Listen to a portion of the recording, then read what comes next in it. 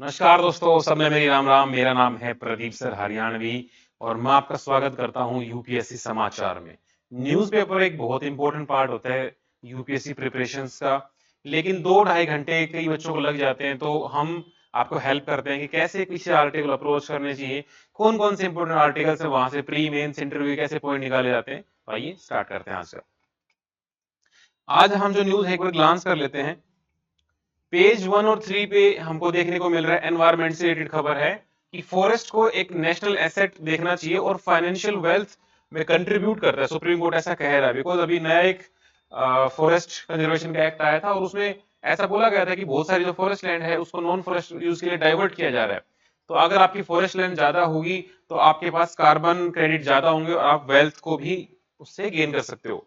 अगला है defence tax and defence export. हमने पहला बैच डिलीवर कर दिया है। ब्रह्मोस जो हमारी मिसाइल है सुपरसोनिक, वो फिलीपींस को हमने दे दी है। ब्रह्मोस इंडिया और रशिया मिलकर दोनों बना रहे हैं और ये सुपरसोनिक है, मतलब ये साउंड से भी 3 गुना तेज गति से चलती है। ये क्रूज मिसाइल है, ठीक है। पेज 3 पे गवर्नेंस रिलेटेड पॉइंट है कि central religious curriculum framework for the anganwadi. Anganwadi centre वो होते हैं जहां पर गांव गांव में छोटे बच्चों के लिए प्राइमरी हेल्थ केयर या मदर, जो प्रेग्नेंट मदर है, लैक्टेटिंग मदर है, उनके लिए खाने की या जो भी मेडिसिन है उनके लिए होता है। अब इनको यूज किया जाएगा जो छोटे बच्चे हैं, अर्ली जो एजुकेशन है उसके लिए एक करिकुलम निकाला गया है। कैसे वो बेनिफिट करेगा हम देखेंगे। पेज 3 पे ही एनवायरमेंट के रिगार्डिंग है। Fossils of huge pre historic snake found in the Kutch mine. Kutch mine में रिसर्च करते टाइम आईआईटी रुड़की के बच्चों ने देखा है कि एक प्री हिस्टोरिक टाइम का एक स्नेक मिला है, उसके मतलब फॉसिल्स मिले हैं। तो माना जा रहा है कि आज तक की हिस्ट्री का सबसे बड़ा स्नेक है। तो ये हमें हेल्प करेगा कि कैसे कच्छ एरिया में इतने बड़े सांप का मिलना और उसका इवोल्यूशन क्लाइमेट के हिसाब से। तो ये बहुत इंपॉर्टेंट न्यूज है, प्री के हिसाब से भी बहुत अच्छा है। बिरसा मुंडा को बिरसा मुंडा की जन्म तिथि पर प्रधानमंत्री ने उनको ट्रिब्यूट पेश किया। और बिरसा मुंडा कौन थे, उन्होंने क्या कंट्रीब्यूट किया, झारखंड में उनका क्या कंट्रीब्यूशन वो हम देखेंगे। और लास्ट में एडिटोरियल देखेंगे scientist and A wish list for the incoming government. जो साइंटिस्ट कम्युनिटी है वो क्या डिमांड चाहते हैं, क्योंकि कल से ही इलेक्शन स्टार्ट हो चुके हैं। साइंटिफिक कम्युनिटी के पास भी एक अच्छा खासा चंक है वोट्स का। तो वो किसको वोट करेंगे, उनकी क्या डिमांड है। बिकॉज उनका रोटी कपड़ा मकान तो इंश्योर हो चुका है, सड़कें हुए या एजुकेशन, ये उनका पर्पस नहीं है। उनको चाहिए इनोवेशन में, रिसर्च में ज्यादा फंडिंग। जो रिसर्च कर रहे हैं उसमें ऑटोनॉमी उनको चाहिए। पैसा जो आ रहा है वो स्मूथली आए, उस पैसे को यूज करने की ऑटोनॉमी चाहिए। उनके मुद्दे अलग हैं। चलो वन बाय वन आराम से डिटेल में देखते हैं। इस कोट से स्टार्ट करते हैं। गांधी जी ने कहा था the principle of an eye for an eye will make the whole world blind. ठीक है, ये ऐसे एथिक्स में यूज कर सकते हो। अगर आंख के बदले आंख लेने लगे तो सारा दुनिया अंधा हो जाएगा। तो गांधी जी ऐसा मानते थे कि अगर एक ने आपके साथ बुरा किया है तो आप उसके साथ बुरा मत कीजिए, दोनों बराबर हो जाएंगे। ठीक है, इस तरह से तो ये गांधी जी की थॉट थे। ठीक है, तो ये प्रेजेंट कॉन्टेक्स्ट में कहा इजराइल ईरान में। अब ईरान ने गोले फेंक दिए, अगर इजराइल भी फेंक देगा तो फिर आई फॉर आई वो वाला मतलब कोर्ट यहाँ पे लागू होता है। तो अगर एक जना रुक जाए तो दूसरे को भी रुकना पड़ता है। ठीक है, अगर दोनों ही नहीं रुकेंगे तो पूरे वर्ल्ड में तबाही तबाही मचा देंगे। चलो, फॉरेस्ट को एक नेशनल एसेट कह रहे हैं, सुप्रीम कोर्ट कह रहे हैं कि कंट्रीब्यूटर है फाइनेंशियल वेल्थ में। ऐसा क्यों बोल रहे हैं, बिकॉज अभी रिसेंट में एक एक्ट आया था फाइनेंशियल, हमारा फॉरेस्ट कंजर्वेशन एक्ट। तो उसमें कुछ चेंजेस आए थे और उसमें ऐसा कहा गया था कि जो हमारे फॉरेस्ट लैंड है उसमें बहुत सारे एग्जेम्पशंस दे दिए गए हैं स्टेट गवर्नमेंट को, कि वो किसी भी लैंड, मतलब पहले जो रूल होते थे वो थोड़े से रिलैक्स किए गए थे। तो ऐसा माना जाता है कि हमारे पास ऑलरेडी 24% के आसपास फॉरेस्ट एरिया है और वो फॉरेस्ट एरिया हमारा टारगेट है 1/3 करने का, मतलब 33%। अगर ऐसे चलता रहा तो एनवायरमेंट, क्लाइमेट चेंज, इनको कौन प्रोटेक्ट करेगा।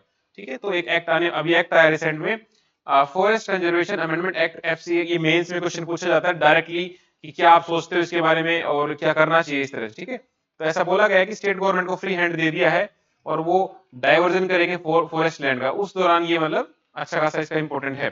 ऐसा माना जाता है कि इंडिया का जो फॉरेस्ट है वो सर्व करता है कार्बन सिंक, सीओ2 को, इतना सीओ2 को रोके हुए अपने अंदर। तो एक प्रोटेक्टिव रोल है अगेंस्ट द क्लाइमेट चेंज। आप देखो जहां जहां फॉरेस्ट काट दिए वहां पर क्लाइमेट चेंज का कहर ज्यादा बरस रहा है।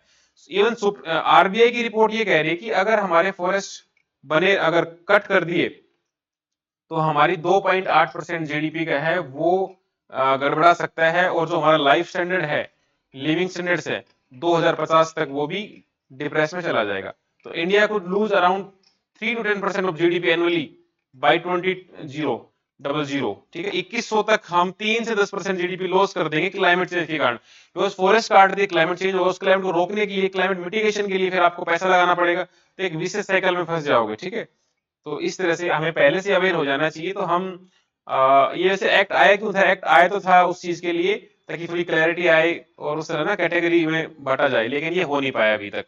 इसमें कुछ प्री के हिसाब से फैक्ट हैं कि जो स्टेट ऑफ फॉरेस्ट रिपोर्ट है 2021 की, उसमें ये कहा गया है कि हमारे पास 24.62 फॉरेस्ट एरिया है टोटल फॉरेस्ट एंट्री मिला के।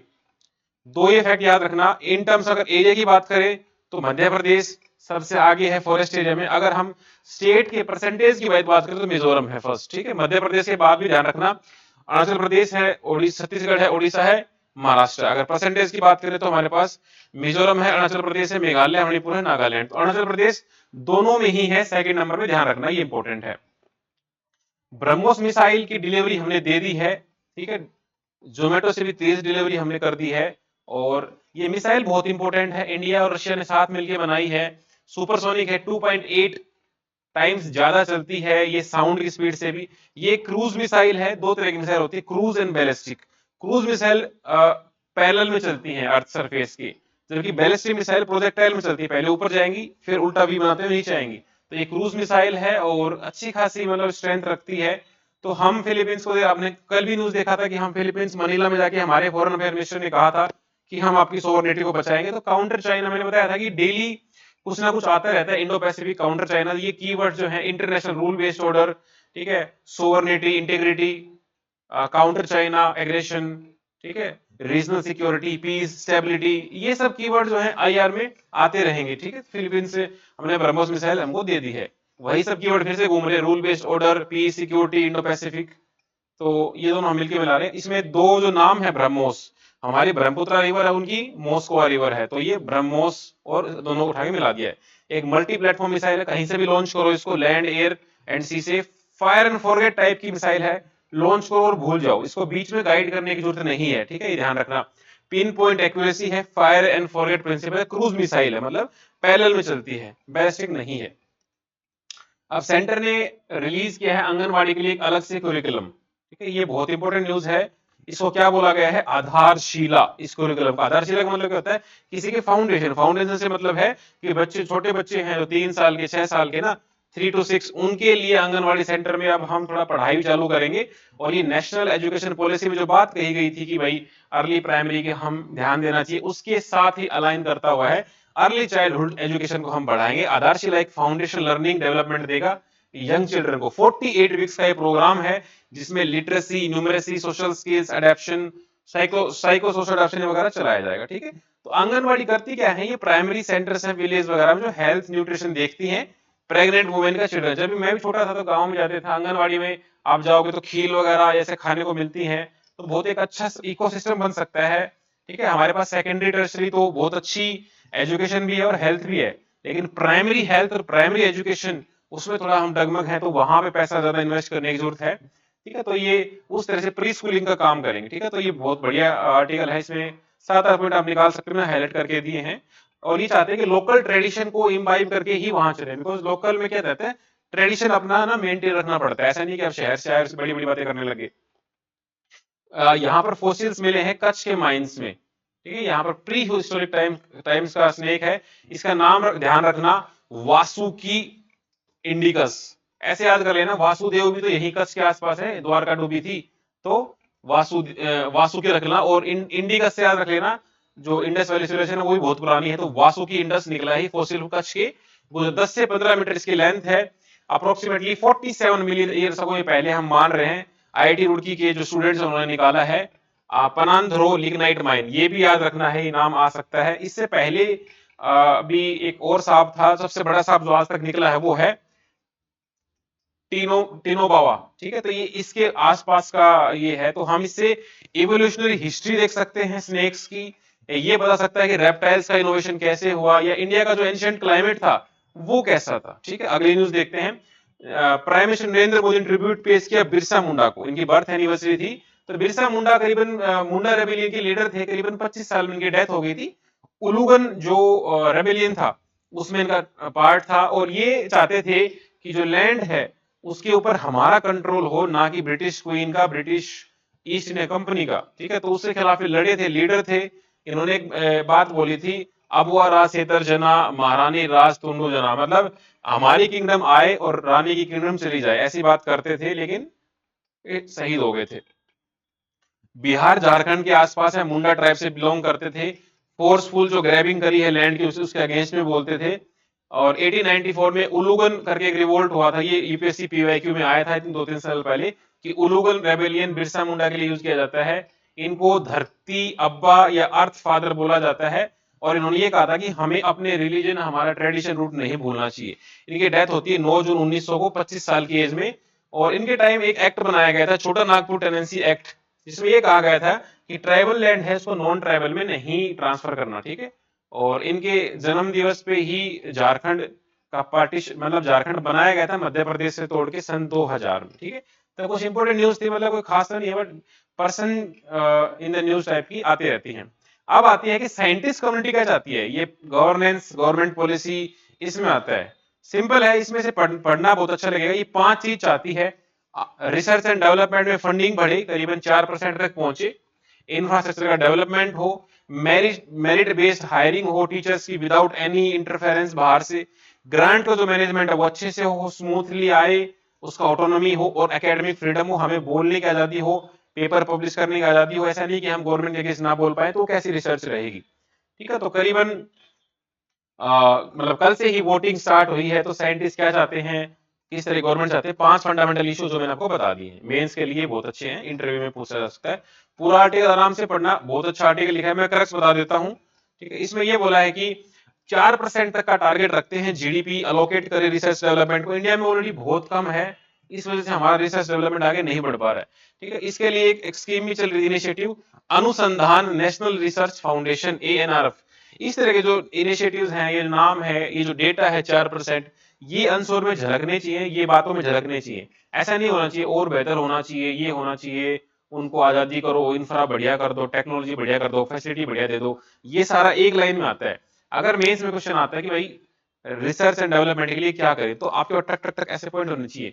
4% ये दो, ऑटोनॉमी दो, स्ट्रीमलाइन करो, रिसर्च एकेडमिक लिटरेसी वगैरह ऐसा कुछ ना, कीवर्ड हमारे पास होने चाहिए, तभी जाके बात बनेगी। इस तरह के इनिशिएटिव हमारे पास होने चाहिए। इंटेलेक्चुअल में कह रहे हैं कि जो लेबोरेटरी है उनको अपग्रेड कर दो, मॉडर्नाइज करो फैसिलिटीज को, और क्वालिफाइड टीचर्स को हायर करो, रिसर्चर्स को हायर करो जो साइंटिफिक एक्सीलेंस को बूस्ट कर पाए। मेरिट बेस्ड हायरिंग हो, नो पर्ची नो खर्ची, हरियाणा गवर्नमेंट के जैसे transparent merit based hiring process हो, कोई बाहर से इन्फ्लुएंस नहीं, बाहर से कोई पर्ची नहीं फेंकेगा, एकदम फुल ट्रांसपेरेंट होना चाहिए। ग्लोबल स्टैंडर्ड जो चल रहे हैं यूएसए यूरोप में, वो इतना आगे क्यों पहुंचे, बिकॉज पैसा फूकते हैं भाई R&D पे। तो एक्सपर्टाइट करो अपॉइंटमेंट प्रोसेस को फटाफट, मतलब जो वैकेंसी खाली पड़ी है, इवन वैकेंसी हमारे सुप्रीम कोर्ट में तो नहीं है, हाई कोर्ट में या और लोअर कोर्ट में बहुत सारी वैकेंसी है। तो हर जगह वैकेंसी है। ग्रांट का जो मैकेनिज्म है, जो पैसा आता है सरकारी तरफ से, उसको भाई स्ट्रीमलाइन करो कि वो ढंग से आए, मतलब कोई कुछ इधर से आ रहा है, कुछ उधर से आ रहा है, कुछ डिले हो रहा है, ऊपर ओवरलैपिंग हो रहा है, तो उसको स्ट्रीमलाइन कर दो। ब्यूरोक्रेसी का मिनिमल इंपैक्ट हो, अपने आप आना चाहिए, ऐसा नहीं कि भाई सिफारिश से पैसे आ रहे हैं। जो ग्रांट का डिसबर्सल है वो फास्टर हो, ऑटोनॉमी मिले साइंटिस्ट को, वो पैसा कैसे खर्च करेंगे अपने हिसाब से, और फ्लेक्सिबिलिटी होनी चाहिए उन्हें, कोई रिसर्च मटेरियल खरीदना है तो। बार बार ब्यूरोक्रेसी के पास जाएंगे, वो बाबूजी पास करेंगे, फिर सामान आएगा, फिर कुछ और चाहिए, फिर पास करेंगे, लिखा 10 आए 5, तो रिसर्च कैसे करेंगे। तो भाई रिसर्च करना है तो पैसे दो और ये आजादी भी दो। एकेडमिक फ्रीडम हो उनके पास, अलाउ करे रिसर्चर्स को, उनको जो बोलना है, लिखना है, और ठीक है, और एविडेंस के बिना उनको ना रोके टोके। ऑटोनॉमी देना चाहिए, वो एंटरप्रेन्योरशिप में जा सकते हैं, हायर कर सके, स्पेंडिंग कर सके। अगर उनको किसी आदमी की जरूरत है तो फटाफट हायर कर ले। गवर्नमेंट का एक अपना प्रोसीजर होता है, SOP होता है, उसमें टाइम बहुत लग जाता है, ठीक है। तो ये चाहते हैं कि भाई इंपोर्टेंस में इंडिया की इकोनॉमिक ग्रोथ और ग्लोबल कॉम्पिटिटिवनेस अगर हमें करना है तो सही साइंटिफिक रिसर्च, इनोवेशन, एंटरप्रेन्योरशिप हमें करनी पड़ेगी। तो ये इसका क्रक्स है। बहुत अच्छा आर्टिकल है, पूरा पढ़ना, मेंस के लिए अलग से टॉपिक हो जाता है, R&D रिसर्च हो, ठीक है। तो आई होप आपको आज मजा आया होगा। कमेंट करके लिखना कि कैसा लगा, और इनके बारे में आप कुछ और अपनी तरफ से कोई डेटा ऐड करना चाहते हो तो कमेंट में डाल देना, कल उसको हम मेंशन कर देंगे अपने वीडियो में। Thank you.